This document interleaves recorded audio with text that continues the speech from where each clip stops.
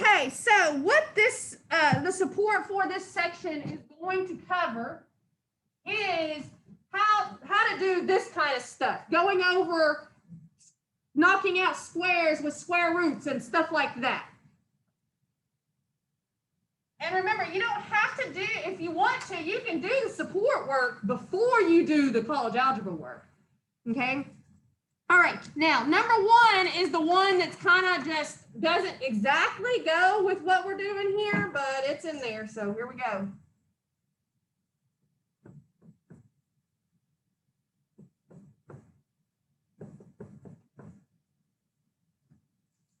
Now, all of these are going to be solving for x or whatever letter is in the equation, okay?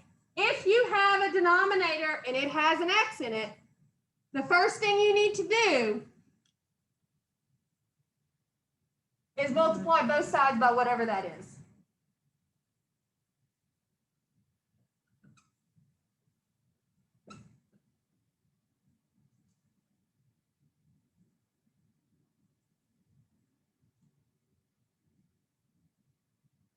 So over here, this x goes to both of these. So x times x gives me x squared. Now, when it comes to this one, this is why we used it. This one would have an x in the top and bottom. So these x's actually just cancel each other out. So all I'm left with is that plus 9. Equals negative 10 times x over here is negative 10x. Now, this is what's called, and I'm going to actually show y'all something that the regular college algebra students aren't even going to see yet, but it's going to help us solve what are called quadratic equations. Bless you. Bless you. So this right here is called a quadratic equation because it's x, it's got an x squared and an x. If that is the case, you want to, instead of isolating the x, because I can't isolate the x, you got an x squared and an x, you want all three of your terms to be together on the same side and set it equal to 0. So what I'm going to do is get rid of this by adding 10x to both sides.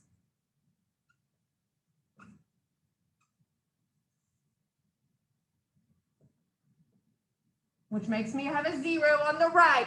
Now, the reason I put this minus 10x right here is because when I write the terms over here, I want my exponents to be in what's called descending order, which means highest exponent, then the x, and then the regular number. So I've got an x squared, then a plus 10x, and then the plus 9. Now, I'm going to solve this. You're actually, when you're solving an x squared equation like this, you actually get two answers. You can solve it by what's called factoring. If I have a trinomial, which is 3 terms, and it starts off with an x squared, and I factor it, which means take it back into its factors. Take it, find what was multiplied, what parentheses were multiplied together to get x squared plus 10x plus 9. So think about this. There's going to be 2 terms right here.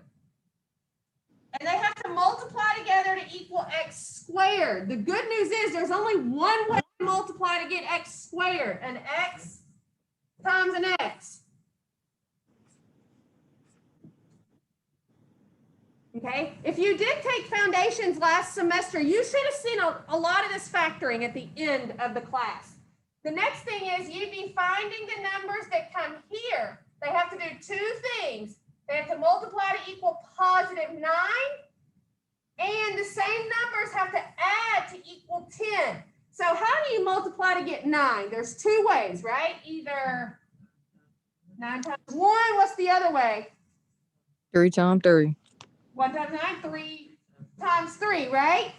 What pair does this also adds to 10? 9 times 1. All right, the 9 and 1 do. So that's the numbers that come here, the 9 and the 1.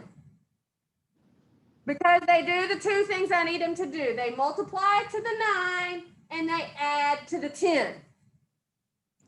Once you do your factors, then you set each factor equal to 0.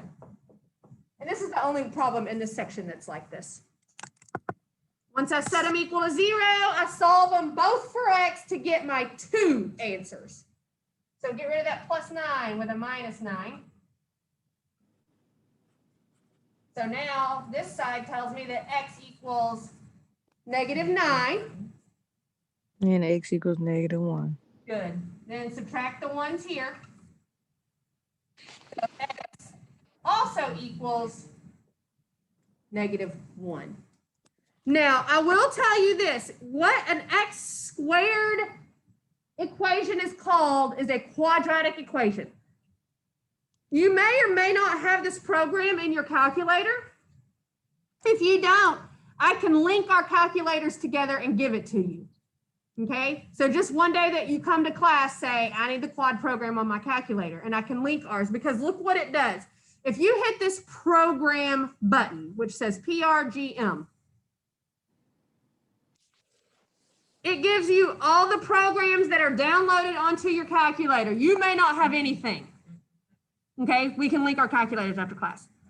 Okay, what I want to do, I got a bunch of programs. I don't even know what most of them are. So I'm going to come down here. If you have a program that says, there it is, quad. That's what I'm doing. That's going to solve this quadratic equation for me. So I hit enter, and then I hit enter again. It's going to say, what's your A? Well, A is the number. Here's what I'm solving, this quadratic equation. A is the number in front of x squared. What's in front of this x squared? I just don't see it. What number? Oh, 1. And it's a 1x squared. So you tell it A is 1 and hit enter. Then it's going to say, what's your B? What number is, which is the number in front of x? What number is in front of x? 10. So tell it 10. This is going to say, what's your C? Your C is your constant, which is just the number that doesn't have a letter. So it's 9. So once I tell it what the A, B, and C is, and I hit enter, look what it does. It tells me -1, -9, which is answers. We're going to use that program a lot. It's going to be very beneficial for you. If you don't have it on your calculator yet, remind me when you come to class that you want the quad program on your calculator, okay? Also, the tutoring lab that is right across the hall, they know that all my students can have the quad program on their calculator. If I'm not here, if you can't come up here during a regular class time and you want to get it, you can go in there. They will put the quad program on your calculator. Yeah, it's kind of diagonal. I think it's like 310 or something like that.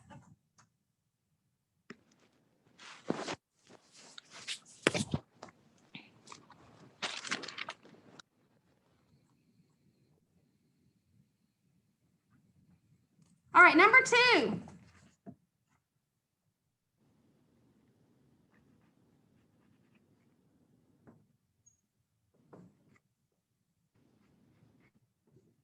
So we're solving this, it says just says solve.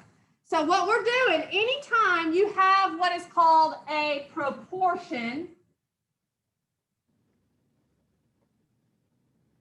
all that means is your equation is 1 fraction equal to 1 fraction. You can solve proportions by what is called cross multiplying.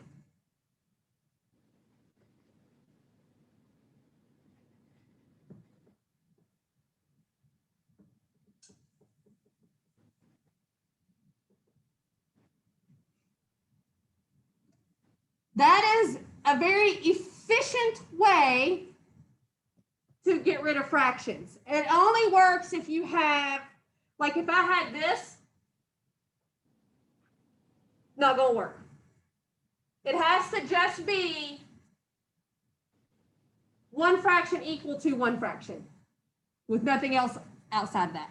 So what cross multiplication says is the multiplication of one diagonal So I'm going to multiply this 2 times this z minus 2. So I'm actually going to write that out. 2 times its diagonal, which is z minus 2, is going to be equal to 2z minus 4. the other. It will be in just a second. Yeah.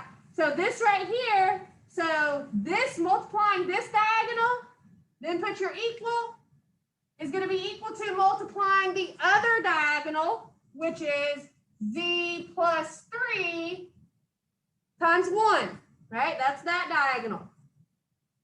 And it doesn't really matter, it doesn't matter which diagonal you do first. So let's see. Now, these two things say the same thing. They don't look like they do, but they're equal because of the cross multiplication rule, but this equation doesn't have any fractions, right? I just need to remove my parentheses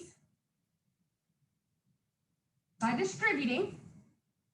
So let's see, if I distribute this 2, what's it going to give me? 2z minus 4 is equal to, if I distribute this 1, what's that going to give me? 1z plus 3.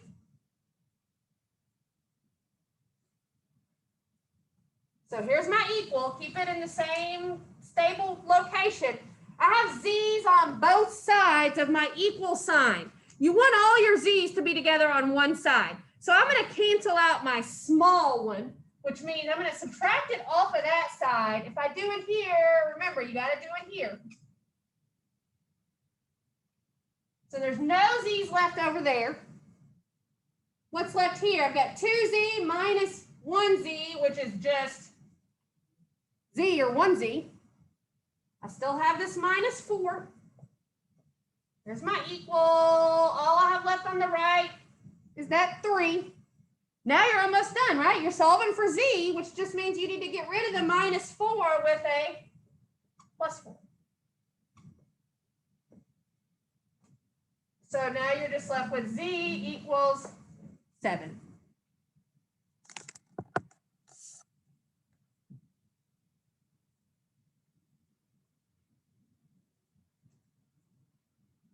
All right, number 3 is very similar.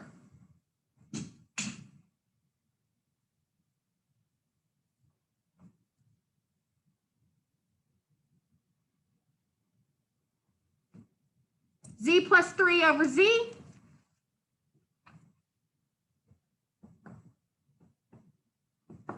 equals 6 over 5. So again, it's another proportion, right? I've got one fraction equal to one fraction, which means I can use cross multiplication for this. Doesn't matter which way you do first. It doesn't matter at all. Let's see, if I go this way first this time, what do I have? I have 6 times z, which is just 6z.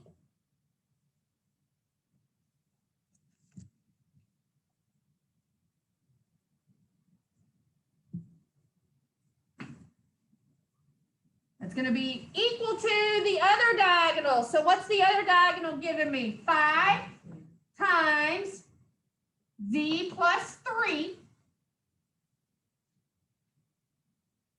Now, something I'm thinking about. It is important that you put those parentheses around that because you don't want to just do the 5 times the z. You want to do it times the z and the plus 3. It's times that whole thing. So I still just have 6z over here. When I distribute this 5 times z is 5z plus 15. Solving for z, I got z's on both sides. Get rid of that 5z. So I'm going to subtract 5z from both sides. So 6 minus 5 leaves me with just 1z, which is what I want. Equals, what's left on the right? 15, z equals 15.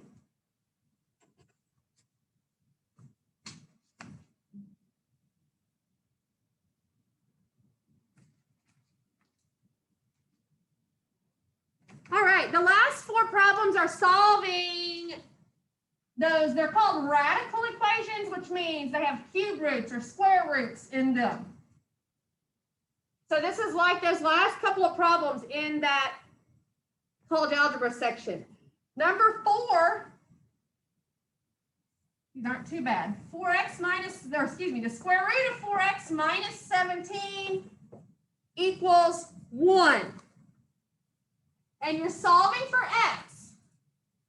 I can't do anything with what's inside of here until that's gone, until that square root's gone, right? It's like it's trapped underneath. All of this 4x minus 17 is trapped under that square root. So I need to get rid of the square root. So what's the opposite? Remember, square roots and roots and exponents are opposites of each other. Square it. Root, you're doing, just use that exponent to knock it out. So I don't even see the little number in here, which means it's automatically the set square root, which means I'm going to square it. I'm going to square that side, which means I also have to square that side. Right? If you do one side, you got to do the other. So the reason I did that is that squared is just going to knock out that square root, and it's like it releases everything that's under here, the 4x minus 17. I square this side, but what is 1 squared? It's still 1, right? And then just finish up solving for this x, which means get rid of minus 17 with plus 17. So now I have 4x equals 18, which means I need to divide by 4. So my x equals 18 doesn't divide evenly by 4. But remember, you are going to have to make sure it's in simplest form. And remember how we do that. Just type in 18 divided by 4. Since it doesn't divide evenly, it's going to give you a decimal, right? That's telling you it doesn't divide evenly. If it divided evenly, it wouldn't be a decimal answer. So what do I do with my decimal? Math, enter, enter. There is the simplified. Right? It reduces it for you to 9/2. It didn't? Try again, let me see. So 18 divided by 4, enter, should say 4.5. Then math, enter that. Did it? Okay. Oh, okay. Okay, my staple's in the way here. All right, the square root of 5x plus 10 equals 17. Now I want to leave this one up here because I want to show you the difference in this. So this one,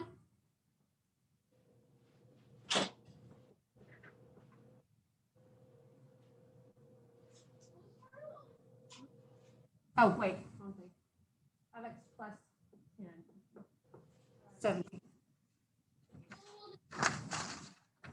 So look at the difference between the start of this one and the start of this one. On this one, everything was trapped under the square root. All the terms were underneath here. So I couldn't do anything until I knocked out the square root. On this one, not everything is trapped. Who is not trapped? Who can I go ahead and get rid of? That 10. That 10's not trapped under the square root. I can go ahead and get rid of that 10, which is what you want to do. You don't want to square both sides until just the square root is left over there. If there's anything outside of the square root that's not trapped, get rid of it first. So I'm going to get rid of this plus 10 with a minus 10.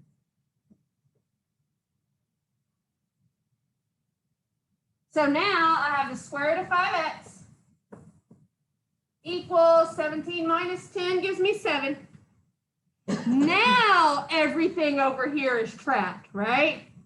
So now I need to release it by squaring it.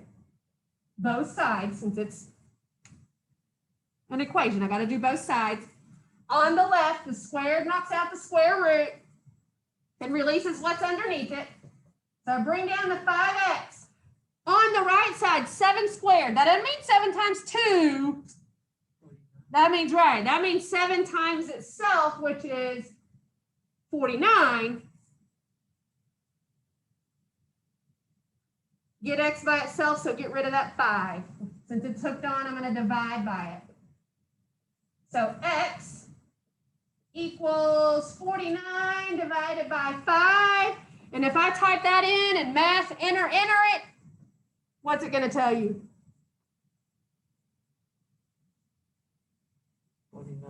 49 over 5, which just means that is its simplest form.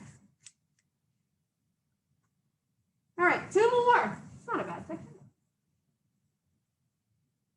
Miss Hanson, Yeah.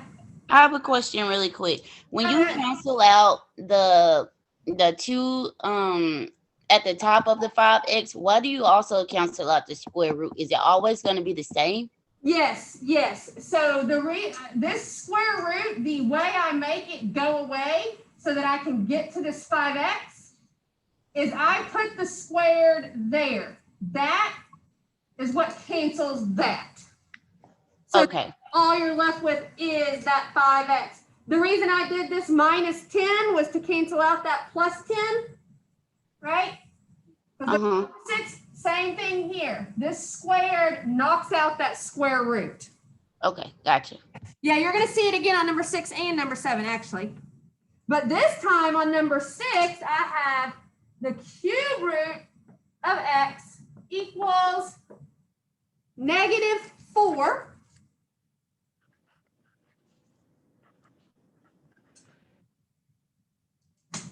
So let's see. Everything's trapped, right? I just need to get to this x. Squared knocks out square root. What's going to knock out cube root? Cube. Whatever root is, that you're going to knock it out with that same exponent. If I raise this side to the 3rd power, I also have to raise that side to the 3rd power because I have to do the same thing to both sides. So let's see. The exponent and the cube root cancel each other out. So what's the only thing that's left under here? That's all that's left is the x, which is good. That's what I want by itself.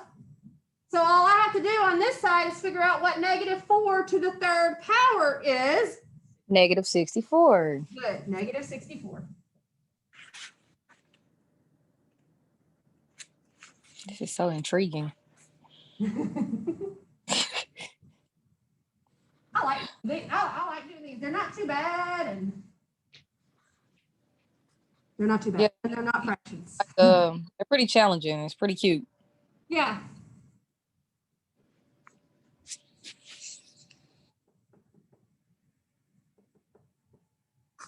Last one. Cube root x plus 7 equals 4. So is everything trapped on this side under the cube root? There's nothing I can go ahead and get rid of first because everything's trapped under the cube root, which means I need to get rid of the cube root again by raising it to the 3rd power. Do both sides. So on the left, the cube and the cube root knock each other out. I'm left with x plus 7 equals 4 to the 3rd. 4 times 4 times 4. 64. All I have left to do for x to be alone is get rid of plus 7. And what do you do to get rid of plus 7? Minus it. That's it. X equals On both 7. sides. X equals 57. Let's go. So I will, since I have time before my next class, I'm going to go ahead and put both of these sections in your Blackboard week 3 folder. So now so if I'm factoring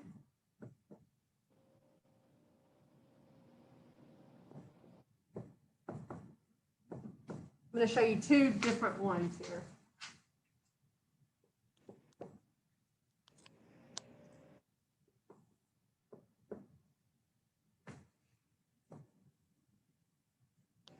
So what both of these are called trinomials, which means they just have three terms. If your trinomial starts with an x squared, what factoring is actually doing here? It's kind of unfoiling it. What were the parentheses that were foiled together to get those terms? So it's kind of like you're going backwards of FOIL. So if you think of it like that, if I was going to FOIL, I would start with the first, right? This term times this term. Now, and it would have to equal x squared. The good thing about that is there's only one way to multiply to get x squared. What do you have to multiply together to get x squared? X and X. Right, that's the only thing that can make that happen is an x times an x. And what The can last thing that you would do is this number times this number. Here's the thing, it has to do two things. It has to multiply to equal the last number of that trinomial, while at the same time, it has to add to equal the middle one. So the first thing you want to do is say, okay, how do I multiply to equal 15? And write those ways down. So how do you multiply to equal 15? 3 times 15. I meant 3 times 5. And 3 times 5. Those are the two different ways to multiply to get it, right? You choose the pair of numbers that also does this. Which pair of these numbers adds to 8? 5 and 3. 5. And I need them both to be positive, right? Because if I'm going to multiply those and equal positive 15 and add them and equal positive 8, I need a positive 5 and a positive 3 to do that. Now, that's the answer. Go ahead and FOIL that and see what you get. If I distribute this x, x times x gives me x squared. Then you go to your outer, right? What's x times 3? 3x. Then your inner, what would be your inner? 5 times x. 5x and 15. And then your last, 5 times 3.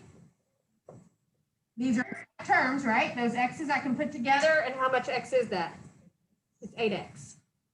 So squared plus 8x plus 15. So it's like it's going, instead of giving the parentheses and asking you to FOIL, it's giving you what the result would have been and say, okay, take it backwards.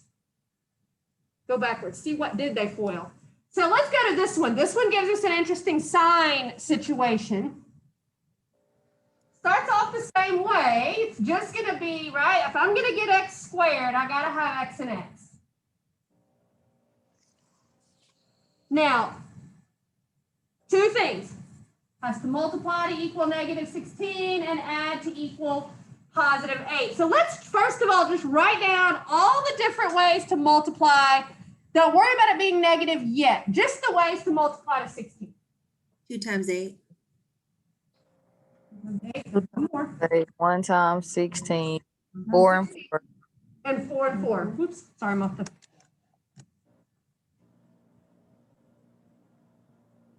Oh wait, I made something that's not gonna work. Change that to a 6. I was trying to figure that out too. I made something that wasn't even gonna work. So here's all the ways to multiply to get 16. Now, remember, these two things are actually going to have to multiply to equal negative 16. So what that's telling me is, how do you multiply and end up negative? What do your signs have to be? Negative and a The positive. higher has to be negative. Negative and a positive. You have to have two different signs. You can't do a positive times a positive and end up negative. You can't even do a negative times a negative, because a negative times a negative is still positive. So in order, if I'm going to multiply and equal a negative, I'm going to have a opposite signs. It doesn't even matter where you put those signs. What is going to matter now, though, that your signs are different like this, what numbers you put with them. So would it be +8 and -2? Because why?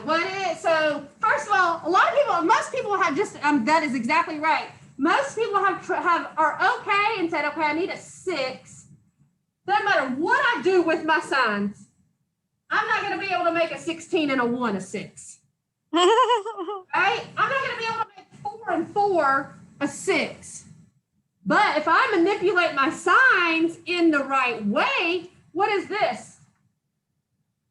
8 - 2 is Which is, what is 8 - 2? +6. It's 6. So that's how you know what signs to put those with. Right? 2 needs to be the -1, right? Because it's -2. The 8 is positive, so it needs to go with the plus.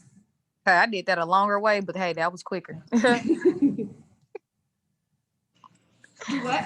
Is the larger number the one that takes the sign? The larger one is, you're exactly right.